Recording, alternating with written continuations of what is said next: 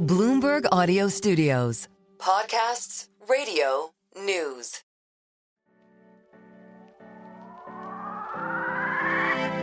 Well, Elon Musk is now the richest person on the planet.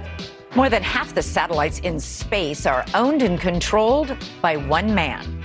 Well, he's a legitimate super genius. I mean, legitimate. He says he's always voted for Democrats, but this year it will be different. He'll vote Republican.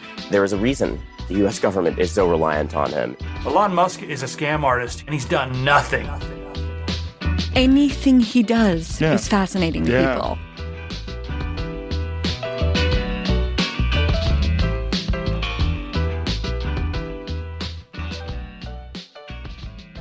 Welcome to Elon Inc., Bloomberg's weekly podcast about Elon Musk. It's Tuesday, February 4th. I'm your host, Max Chafkin, in for David Papadopoulos. A few months ago, many people, although not, let's be clear, the people on this podcast, were seeing Elon Musk as, at best, sort of a figurehead within the Trump administration. Somebody who'd be on a blue ribbon panel and would mostly spend his time running his 6 very large, very important companies.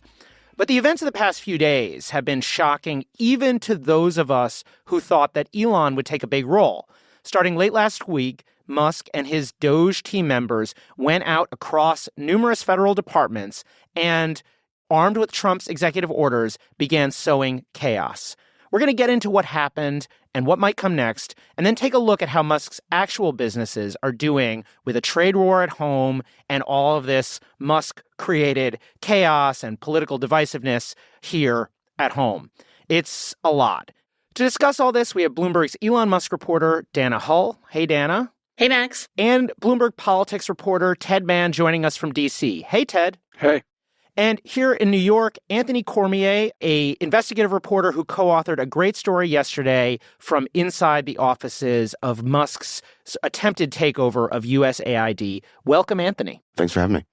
All right. So, Anthony, you co-wrote this story with our colleague Jason Leopold. It is basically an inside account on what's kind of like a battle almost that played out inside of this USAID, which is a big foreign aid office inside the federal government. Just tell us what happened as far as you understand it. Well, there was a really unusual confrontation, in fact, on Saturday between a group of what people are calling the DOGE kids. These are young technologists who seem to have an ideological bent that is similar to Elon's. And they've been tapped by Musk and this new DOGE team to go in and look for spending cuts. And they took aim last week at USAID. And so they show up on Saturday as the building is empty, and they demand access to the entire suite of offices, root around. And they're, after some back and forth, one of the members of the DOGE team calls Elon himself, and Elon gets on the phone with the security office of USAID and says, look, if you don't let us in, I'm going to call the Marshal Service, which is kind of an extraordinary circumstance, kind of an unheard of confrontation between these two sides. They get in. It's our understanding that they do, in fact, go through offices. They're looking, in fact, in desk drawers. And ultimately, they want to get into a security office, a secure facility that you need a certain security clearance to get into. Security says, no way, you can't do it. One of our piece of our reporting suggests that they actually tried to open a locked door to this secure facility. There's a big blowout. The security officials are put on leave. It's unclear at this point whether, in fact, they did get into this office and what they were seeking. Okay, so I want to get more into this confrontation over the weekend. Before we do that, Ted, there's been a lot happening with DOGE in Washington. We've seen Musk sort of go after a handful of targets, the Office of Personnel Management, which is like HR for the government, General Services Administration, which controls, I think, the buildings, the Treasury Department's payment system. We talked about that on the Emergency podcast over the weekend.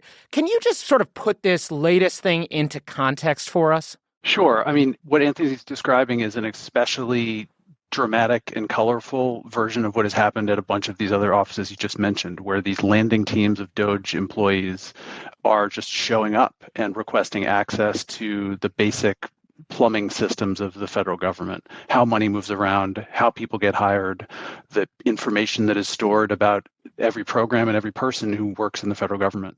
So it really is exactly what the executive orders that created this non-agency agency promise, which is that they've given him the keys to all the systems, or they're trying to at any rate. In some case, obviously, they're having to try to take them because they lack the legal authority. But it does seem like this is this attempt to kind of get over top of the whole machine and figure out how it works. And Dana, is Elon doing anything else at the moment? Is he basically is this like Doge, like 100% full time right now? He did take an hour out of his busy schedule last week to be on Tesla's earning call, but he is hunkered down in Washington, D.C. His plane has been at Dulles for 2 weeks. And Anthony, what kind of really struck me about your story over the weekend is kind of the gleeful abandon with which Musk and the DOGE crew, or kids as some have called them, are going about this. I listened to Elon Musk do his X Spaces on Sunday night, and he was very euphoric about what they had done. To be clear, in shutting down, which we're in the process of doing, shutting down USAID, the reason for that, as opposed to simply, trying to do some minor house cleaning, is that as we dug into USAID, it became apparent that what we have here is not an apple with a worm in it, but we have actually just a bowl of worms. He also said, we spent the weekend feeding USAID into a wood chipper, could have gone to some great parties, did that instead. Yeah, Anthony, I think this is a really important point. Musk is not a 9-to-5 person. He operates a lot on the weekends and a lot late at night. And the fact that this kind of confrontation happened on a Saturday is just super striking to me. I think that's by design. And could you just talk a little bit more about who the DOGE landing team at USAID is? I mean, you and Jason in your story actually had the names of these people, and many of them are 25 and under, recent college graduates, young engineers who have worked for Elon's other companies. Can you give us a little bit more sense as to who exactly they are? Do they have security clearances? Are they special government employees? Those are all great questions. We think so far they've been assigned to other government offices, the Office of Personnel Management, the GSA, the Small Business Administration, I believe one of them has been. And they all seem to have, like I said earlier, an ideological bent. As far as we can tell, for instance, there's a fellow called Gavin Kleber. He's a 20-something who has a blog, and on his blog, he expounds on these kind of conspiracies about how the CIA was responsible for everything that happened to Congressman Matt Gaetz. There's another individual on that sort of beachhead team that was at USAID. This is a person who was a Teal Fellow, right? So we're seeing people who come from that sort of Silicon extremely Valley, online, right-wing, conspiratorial ecosystem, right? Your words are perfect, right? These are the people who sort of believe in that mission, whatever you think of it, and they've been hired and tasked with many of the similar things. I mean, there's a brilliant story in the New York Times about how this mirrors what happened at X, right? That they go in and wipe out half the staff and figure it out later. And folks at USAID are saying to us, you can't break malaria coverage. It's irresponsible to stop some of the funding of these measures. And they've, to use his words, put it in a wood chipper. It also really mirrors what happened at Tesla, right? So last spring, Elon Musk fired nearly 20% of the staff at Tesla, and people literally were going to work in the morning, and they only knew that they had been dismissed because their badges no longer worked, and they were immediately cut off from all systems. That's what's happening at USAID, right? People that are in missions around the world are all of a sudden told that they're fired, but they can't even access any kind of system to get reimbursed for their plane ticket home, or to close out what they had been working on with their partners. I mean, people are around the globe are left hanging. There's medicine on the loading dock in some cases. We've just walked away from real obligations that affect real lives. Ted, build on that a little bit, because I don't think we've totally established what's at stake here. First of all, I don't think it's clear that Elon Musk has, in fact, destroyed. I'm not sure that, sorry to use the metaphor, but put it in the wood chipper. And also, if he were to destroy USAID, what does this organization actually do? Well, I mean, to your first point, there are a lot of people who point out he legally lacks the authority to destroy USAID. It was created by a statute. It was, a law made this thing. He can't undo it by waving a magic wand at it. The question is whether anyone in Washington who opposes this is going to stand up to it or going to find a way that's effective. And we don't really know the answer to that. USAID is broad, and it's like a lot of federal agencies where it's they all have something that we've talked about this before that's easy to pull out and make fun of. There's always some budget line for research that sounds stupid if you want to make it look like they're just out there wasting money, but it's an agency directing soft power by funding humanitarian efforts around the world. It's intended from its outset to project American benevolence and force in opposition to other superpowers, namely Russia and China. So yeah, that's the thing that they have just switched off with no warning. It does sound like it's very analogous to what you're describing, Dana, at Tesla and what happened at X, but it's a little bit different when we're talking about baby formula. Yeah, this has come up in a few stories, and Anthony, maybe you've even come across it. I'm curious, but like the idea that they're using "quote unquote" AI, these DOGE kids are using AI to essentially figure out what to cut, and I feel like, to Ted's point, like a lot of these things, you do a search for them, and it sounds pretty bad, or it sounds like, oh, this is some frivolous thing. But a lot of what USAID does is sort of project American influence in the world. Like this is like a big part of our like foreign policy and our soft power, right? Foreign Policy magazine once described USAID's work as trying to do good things in bad places. And it's everything from, again, like HIV treatment in sub-Saharan Africa. It's rebuilding Ukraine. They spent loads of money there, appropriated loads of money there. And I think to its critics, like their USAID is seen as sort of a front for the CIA. I mean, there's not real evidence to support that, at least in recent years anyway. But you can see why it might be a target of folks like Elon Musk or Donald Trump or Peter Thiel, who have an ideological bent against expounding our power. And also, like, Trump ran on an America First platform. And their argument is going to be, I think, that these programs don't serve Americans first, right? No one on this call is going to be the beneficiary of a USAID program.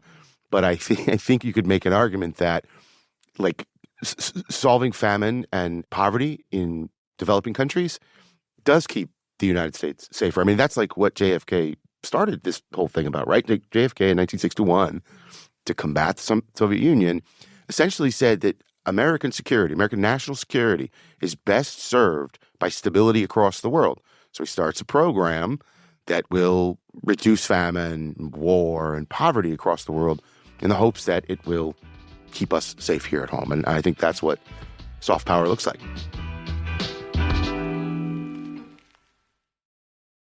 So we've seen a couple of congresspeople, Senator Roger Wicker of Mississippi, kind of push back gently. He said he'd seen USAID, kind of to your point, Anthony, as, quote, our way of combating the Belt and Road Initiative. That's like the Chinese equivalent of soft power. We've also seen Democrats push back probably even more strongly. Let's play a clip from Senator Brian Schatz. You cannot wave away an agency that you don't like or that you disagree with by executive order or by literally storming into the building and taking over the servers. Yeah, that's kind of where the Democrats are. Dana, do we have a sense of where President Trump is here? I mean, this has been kind of a running theme. Like, how like plugged in is President Trump here? How was he like, yeah, Elon, go destroy USAID, go put it in the wood chipper, or did Elon kind of do this on his own? I think that Elon did it with Trump's blessing. I think that there was a comment from Trump at one of the briefings that Elon can't do everything that he wants, but that he checks in and, like, this was okay. Marco Rubio yesterday said that now parts of USAID are going to be sort of absorbed into the State Department. So this is not Elon going rogue. Elon Musk thinks that he has a mandate to do this. And until the Trump administration stops him, he is not going to stop. I think what has surprised people is, like, the speed with which he is doing it. It's almost like watching like a foreign nation get sacked, where like they take like city over city over city and they're going agency by agency by agency. And I think that they've had this plan in the works for months. And I'm also super interested in how DOGE is working with, either in tandem or in parallel with, the folks at OMB and Ross Voigt and Project 2025. Like, these are very similar objectives. Yeah, absolutely. And I think we're gonna have to talk about Russ Vought at some point on this podcast. I wanted to play one more clip from that very surreal Twitter Spaces. First of all, Vivek, who is out at Doge, just like showed up as a co-host, which was sort of weird and amusing. And there was this like slightly awkward vibe, I thought, between the two men. And then there was also this moment where Musk actually spoke to his kind of relationship with President Trump. Let's just listen to that real quick. None of this could be done without the full support of the president. And with regard to the USAID stuff, I went over it with him, in detail, and he agreed with that we should shut it down. I mean, I want to be clear. And I actually checked with him a few times. Said, "Are you sure?" I'm like, "Yes." So we're shutting it down. Ted, did you take that as Musk having Trump's full and complete endorsement or whatever? Like, there was something a little bit like protest too much to me about, like, I asked him once and he said yes, then I asked him again and he said, like, it just, I don't know. There was something about that. And I also just sort of wondering, we're seeing Congress people, senators and House members make statements. Do you sense any kind of political blowback or even the beginnings of political blowback, either from Republicans or Democrats? I don't know how much Musk was sensing blowback in that moment when he said that. It's certainly, I hear it the same way, that if the blowback is coming, he's reminding everybody that the leader of their group, of their movement, approves of what he's doing, or at least has given him the whip hand.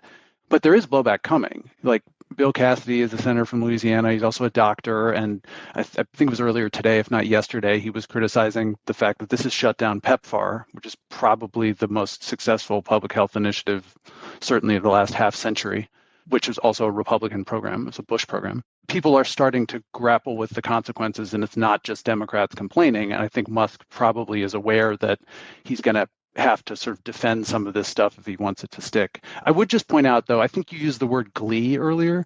There is, like, on the subject of Russ vote, like, in the way that the DOGE people are talking to the civil servants who they're going after, the weird shot at all of them in the offer of the retirement package where they said, we'd like to move you from low productivity public sector work into the private sector.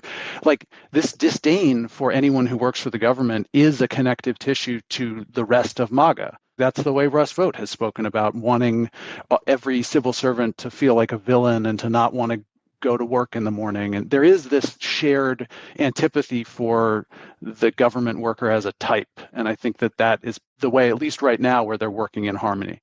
Yeah, Anthony, I was curious if that came up in your reporting, just the extent to which part of the goal here seems to be the performance as much as it is the actual, like, actually cutting these programs, like, but to make civil servants feel bad or something like that? No, not as much as, not explicitly. The thing that did come up is a real lack of transparency.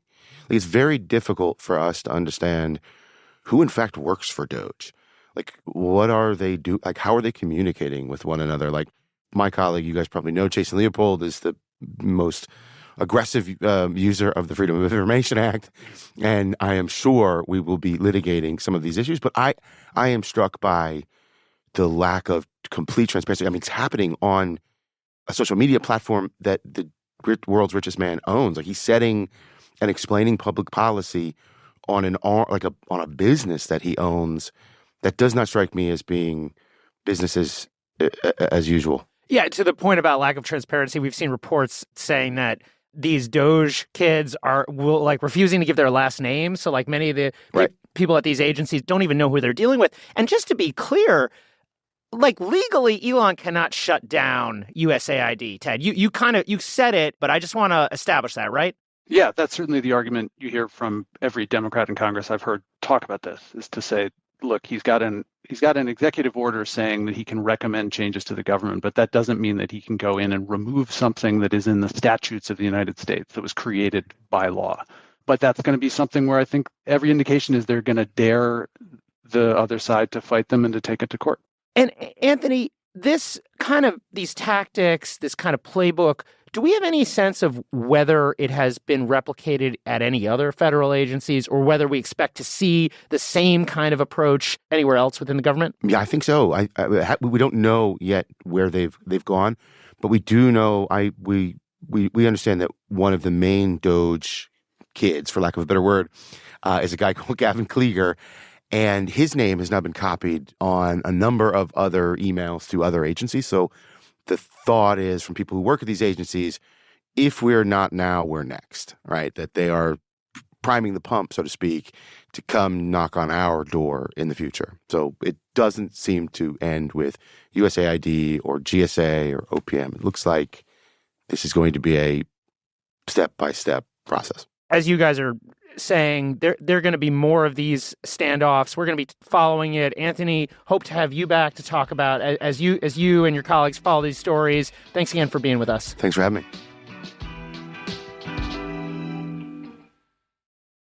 All right, let's talk about the impact that these very well-publicized antics and potentially consequential antics are having on Musk's businesses. You know, we have talked over and over again on this podcast. Dana will know, Ted, you may have even picked up a hint of it because it comes up so often, about the prospect that Musk's politicking will somehow hurt Tesla. David Papadopoulos is like obsessed with this question. He's always trying to force Dana to admit that maybe there's an impact. And Dana, I think we've got it now, right? Tesla's sales declined in California pretty significantly. The Model 3, especially, down by like a third. Are we ready to start saying, hey, like Tesla's sales may be suffering because of Elon Musk's politics? Yes, I would just caution that Tesla gets like 40% of Tesla's sales are in China, and it is a global auto market. And for every person that says, I hate Elon Musk and his politics, I'm never going to buy a Tesla, like people don't buy cars in the same way that they buy like Bud Light or shop at Target versus Costco. But yes, you are seeing people trade in their Teslas for Rivians. You saw sales dip in particularly in California, which is like the most mature EV market in the country. You're seeing people spray paint stuff on the side of Cybertrucks and vandalize stores. And like you are seeing those sort of goofy bumper stickers, I bought my Tesla before Elon went crazy, like are more common now. The Cybertruck in particular is almost like a rolling embodiment of the dynamic that we discussed earlier, right? It's like too big. It's sort of like bullying the road. Like it almost feels like that car in particular sort of increasing this sense of Elon as a political figure in a way that if they had, had a nice, much smaller car, like a little smart car type thing, maybe it would counter it. I think the Cybertruck is the MAGA hat of the Musk movement. It's a provocation. Like you are asking for the eyeballs to even drive it down the street. Yeah, absolutely. And also what's crazy about these sales numbers in the U.S. anyway is that Tesla had a new model, essentially. Like the Cybertruck is relatively new. And so the fact that the sales are falling despite the Cybertruck, or maybe because of it, seems doubly concerning. Ted, let's stay with you and move on to tariffs, because we've seen this kind of Trump sort of threatened tariffs against Canada and Mexico and then quickly reversed course. We have the prospect of tariffs on China. And you wrote a story for Bloomberg over the EV graphite and the prospect of much, much greater tariffs on graphite, which is necessary, I believe, to make batteries. Where does that stand, and how big a deal is it for Tesla? It's a potentially big deal for all the EV makers, especially Tesla, as well as just the battery companies too. This is an interesting example that we chose partly because it starts in the first Trump term. When Trump imposed duties on imports from China, one of the things that got hit in that first wave was graphite, which is needed in huge quantities and at great purity to make battery cells, the anode of a battery. So a ton of it gets imported, including by Tesla, also by Panasonic and other battery makers. They were hit with this duty the first time around when Trump imposed tariffs on China. Tesla successfully lobbied for an exclusion. In other words, they got to not pay the tariff, which was raising their input costs for this material that they desperately needed. Under the Biden administration, where Biden kept some of those tariffs in place, you could petition to have your exclusion continued and renewed, and they lost theirs. They failed to get the renewal. So now they're paying a 25% duty on the graphite that they import. The issue here, though, is the domestic graphite producers in the United States are seeking a much, much larger tariff on that material coming in. They say there's no chance that a big industry that we will really need for EVs, but also for the energy transition, because you'll need a lot of energy storage systems, will never be able to produce that raw material if China is flooding the market with super low cost, improperly low cost graphite. So they're asking for more than 900% tariffs on graphite imports. And Tesla is lobbying against that. which we just found it's pretty interesting, right? This is Donald Trump's favorite rich guy and Donald Trump's almost only economic theory, which is just imposing tariffs on everybody else, and then you'll get a revival of American manufacturing. And the two are directly at loggerheads.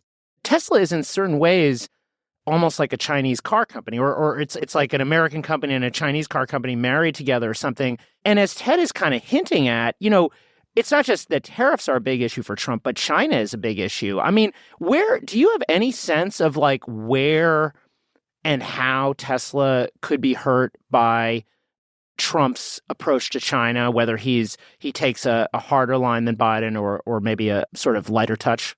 Well, Tesla is in better shape than other car companies in terms of tariffs, just because most of the cars that they sell in the United States, they make in the United States, and they have a very high percentage of American content. They are not making cars in Mexico. They're not importing a lot from Canada. Like, they have a very domestic supply chain, which is why they benefit so much. They make all their parts, or most of them. Yeah. And it's why they actually benefit quite so much from Biden's Inflation Reduction Act, is because they have so much domestic content and domestic manufacturing. But with China, like the plant in Shanghai exports those vehicles to Europe and to Canada, and is the most productive factory that they have on the globe. And so as the trade war evolves and like other nations get involved, like if Europe gets dragged in, you could just see it having like longer repercussions. But I think that like Musk is kind of okay with tariffs because it hurts his competitors more than it hurts him. I don't think Elon really cares, though. I do think, though, that Musk cares about his companies. And I think that as much as he's political, and I will point out, like, he's had some real wins for his companies. So the new head of NASA is a big fan of Elon Musk. The guy who's going to run the Air Force is a guy that Musk wanted. And like these are potential buyers of SpaceX's services. I mean, Ted, to me, like one of the ways that we're going to evaluate Elon's sort of performance in government, there'll be the DOGE metrics, the how much money does he say he cut, and then also like how does it help his companies? I mean, where do you think he stands right now? Like in terms of if you were just looking at this as a transactional thing, like what is he getting for all of this? Do you think he's gotten anything? A lot? A little? I would answer that question by pointing you to the story that our colleague Kelsey Griffiths reported last night, which is that the Trump folks are bringing in a critic of the Biden era broadband rollout, which has been delayed and subject of controversy. That's a $42 billion pot of money that was not designed to just go to Starlink, and they're not going to give it all to Musk, but they're bringing in someone who didn't like the program that he didn't like, who will presumably approach it in a different fashion and will, give him a better opportunity at getting some of that federal money.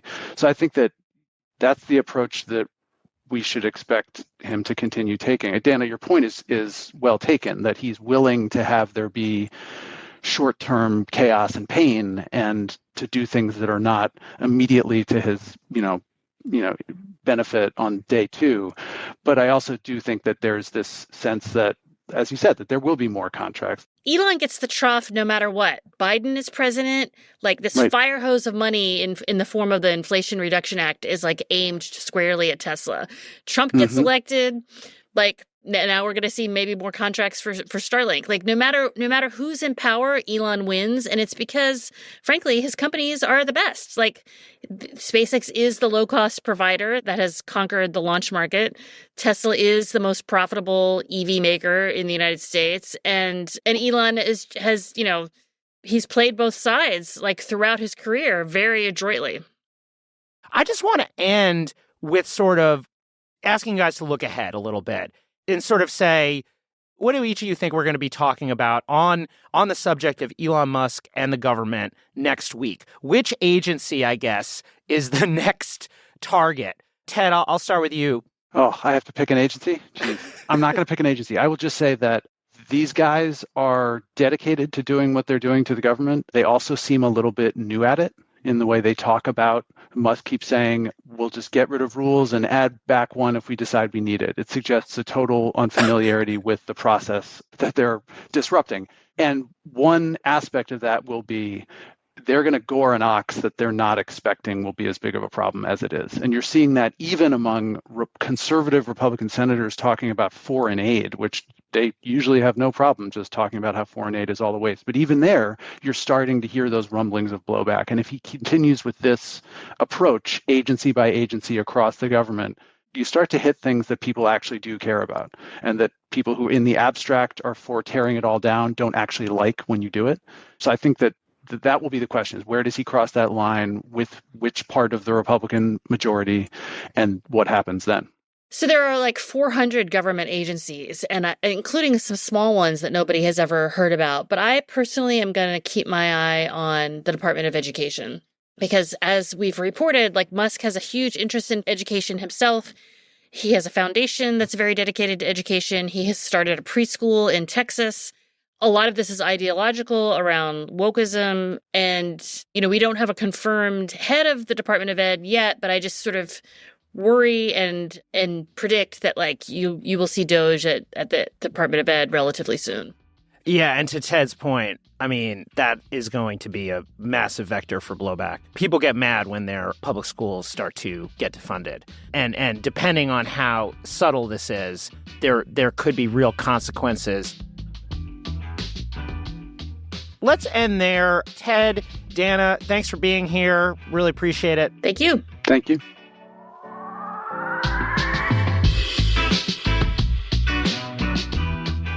This episode was produced by Stacey Wong. Anna Mazarakis is our editor, and Rehan Harmansi, our senior editor. Blake Maples handles engineering, and Dave Purcell fact-checks. Our supervising producer is Magnus Henriksen. The Elon Inc. theme is written and performed by Taka Yasuzawa and Alex Seguiera. Brendan Francis Newnham is our executive producer, and Sage Bauman is the head of Bloomberg Podcasts. Big thanks to Joel Weber and Brad Stone. I'm Max Chafkin. If you have a minute, rate and review our show. It'll help other listeners find us, and we will see you next week.